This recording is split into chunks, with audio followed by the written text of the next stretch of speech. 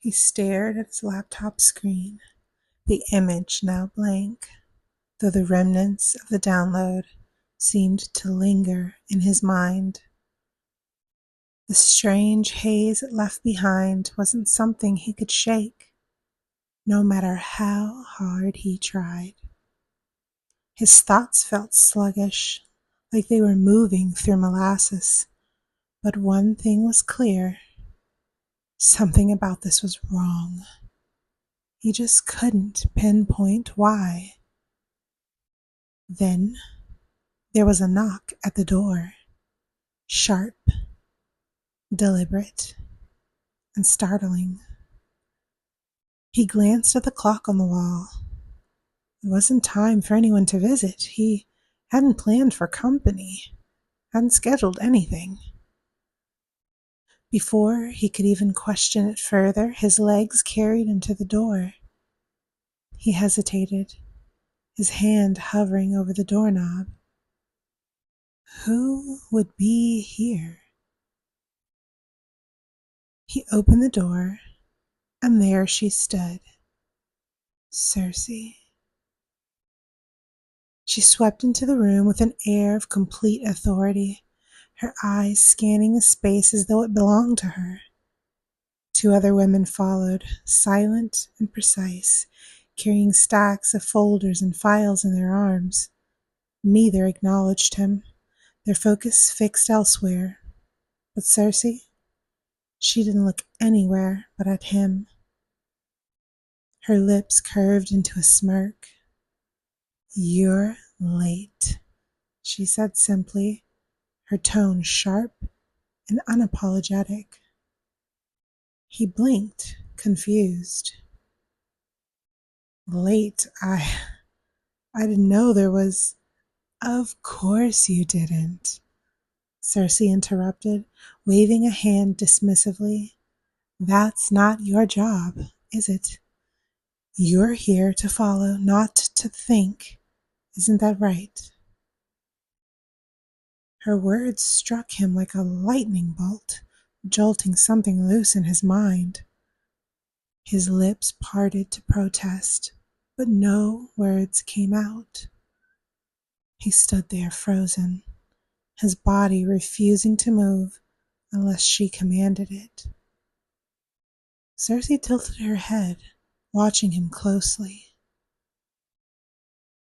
Good," she purred.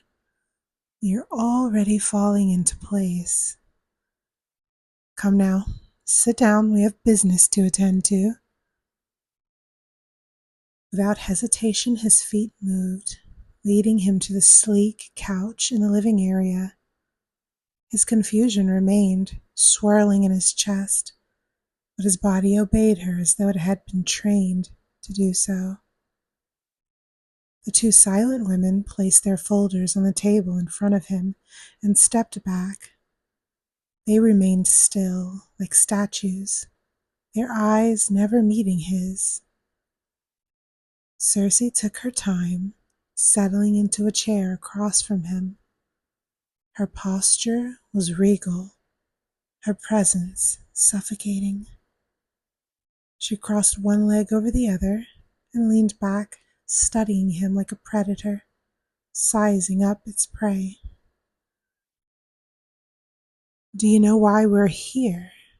she asked, her voice cutting through the silence. He shook his head slowly. "No, I—" She laughed, a sharp, mocking sound that sent a chill down his spine. "Of course you don't. Celine was far too gentle with you. But that's why I'm here, to make sure you understand your place." His heart thudded in his chest at the mention of Celine. "Celine?" he asked, his voice barely a whisper. Cersei's smirk deepened. "Oh, yes. She's very aware of what's happening. In fact, she'll be quite pleased to hear how cooperative you've been." She leaned forward slightly, her gaze locking onto his. And you will cooperate, won't you? Something in his mind clicked, like a switch being flipped. His body straightened, his hands folding neatly in his lap as though compelled by an invisible force. Yes, he heard himself say, the words spilling out before he could think. Cersei's smile widened. Good boy. She gestured to the folders on the table. You're going to sign these, she said. No questions, no hesitation, just sign. He hesitated, his hands trembling. As they reached for the pen, she slid across the table. Cersei's tone sharpened. Now. His hand moved on its own, gripping the pen and flipping open the first folder. The text blurred in front of him, unreadable through the haze in his mind.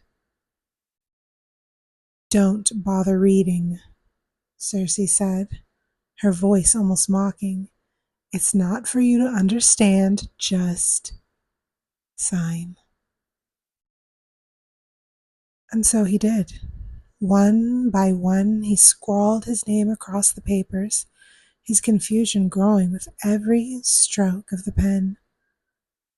When he finished, Cersei leaned back, satisfied. Very good. You're more useful than I expected. Perhaps Selene was right about you after all. Her mention of Selene sent another jolt through him, but he couldn't focus on it. His mind felt heavy, clouded, as though every thought he tried to hold on to slipped through his fingers.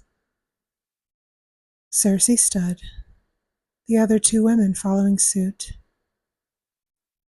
We'll be in touch, she said, her voice sharp and final. And remember, everything you've done today, she'll know. We'll make sure of it. With that, she turned on her heel and left, leaving him sitting, his mind reeling. Hours after Cersei's departure, the haze in his mind still hadn't cleared. He tried to piece together what had happened, what he had signed, what it all meant, but his thoughts swirled uselessly, refusing to settle. Needing a change of scenery, he grabbed his laptop and headed to his favorite coffee shop. The fresh air helped clear his head a little, or so he thought. Sitting by the window, the comforting hum of conversations and the hiss of an espresso machine surrounded him. He opened his laptop, determined to focus on something, anything else. But as soon as the screen lit up, his heart sank. A single file sat on the desktop. He didn't remember downloading it. Play Me. The file's name read bold and impossible to ignore. His finger hovered over the trackpad. He knew he shouldn't, but something deep inside him whispered otherwise, a pull he couldn't resist.